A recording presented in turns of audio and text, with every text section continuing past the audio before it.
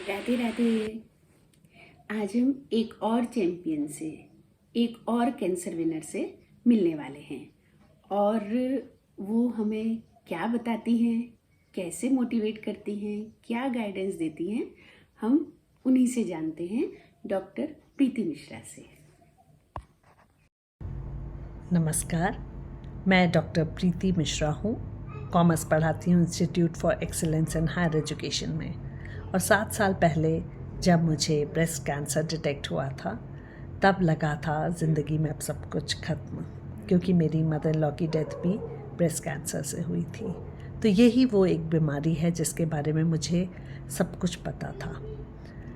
हिम्मत कहाँ से जुटाई, ईश्वर की कृपा थी कि मैं पॉजिटिव रही और पूरा इलाज मैंने भोपाल में ही करवाया। सबसे पहले मेरी सर्जरी हुई, फिर कीमोथेरेपी हुई, फिर रेडिएशन लिया मैंने। ज़रूर बहुत कठिन फेज़ था, लेकिन परिवार का साथ मिला।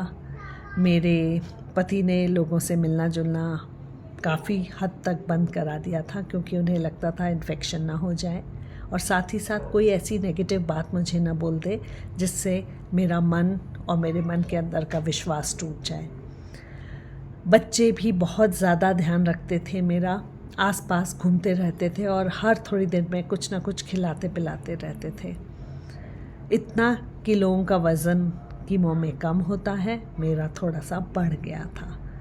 मैंने कॉलेज से छुट्टी ले ली थी और पूरे समय घर पर रहकर आराम करती थी और सिर्फ हॉस्पिटल जाने के लिए ही घर से निकलती थी। जितना समय मैंने अपने फादर इन लॉ के साथ छत पर बैठकर चिड़ियों पौधों के बीच में पोइट्री, फिलॉसफी और जे कृष्णमूर्ति डिस्कस किया, इतना तो समय मुझे कभी जीवन में मिला ही नहीं था। मैं उस समय के भी पॉजिटिव साइड्स को देखती थी। घर में बोर्ड गेम्स खेलना, टीवी देखना। टीवी में तो कई बार मैं ट्रैवल चैनल देखकर विश लिस्ट बनाती थी कि मैं जब ठीक हो जाऊंगी तो मैं इन जगहों पर जाऊंगी, जो कि मैंने जाना शुरू भी कर दिया है और अब आगे भी इच्छा रखती हूँ कि पूरी दुनिया घूमूं और देखूं। हिम्मत ईश्वर भी देता है और अपने अंदर से भी जगानी पड़ती है, और ये विश्वास रखना पड़ता है कि ये जो समय है ये सिर्फ अभी के लिए है। दिस टू शैल पास, यही मेरा गुरु मंत्र था। और मैं आप सबको शुभकामनाएं देती हूँ कि आप हमेशा स्वस्थ रहें, मुस्कुराते रहें और दीर्घायु हों। धन्यवाद, नमस्कार। तो देखा आपने, उन्होंने कितनी सहजता से हमें सारी बातें बता दी और साथ में ही उन्होंने एक बुक लिखी कैंसर के ऊपर। उनके परिवार ने उन्हें मोटिवेट किया कि आप घर पर बैठे रहते हो और अकेले रहते हो, कहीं आना जाना नहीं है, आपके पास टाइम है, तो आप बस अपनी फीलिंग्स को लिखते जाइए।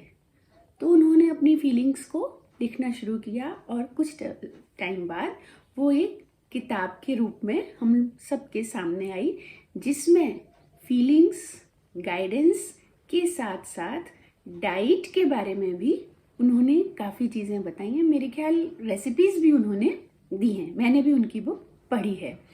तो एक कंप्लीट जो होता है वो उन्होंने उस बुक में दिया है।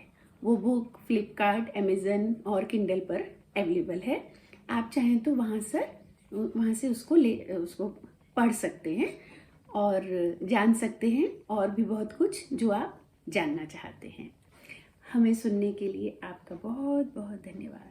राधे राधे।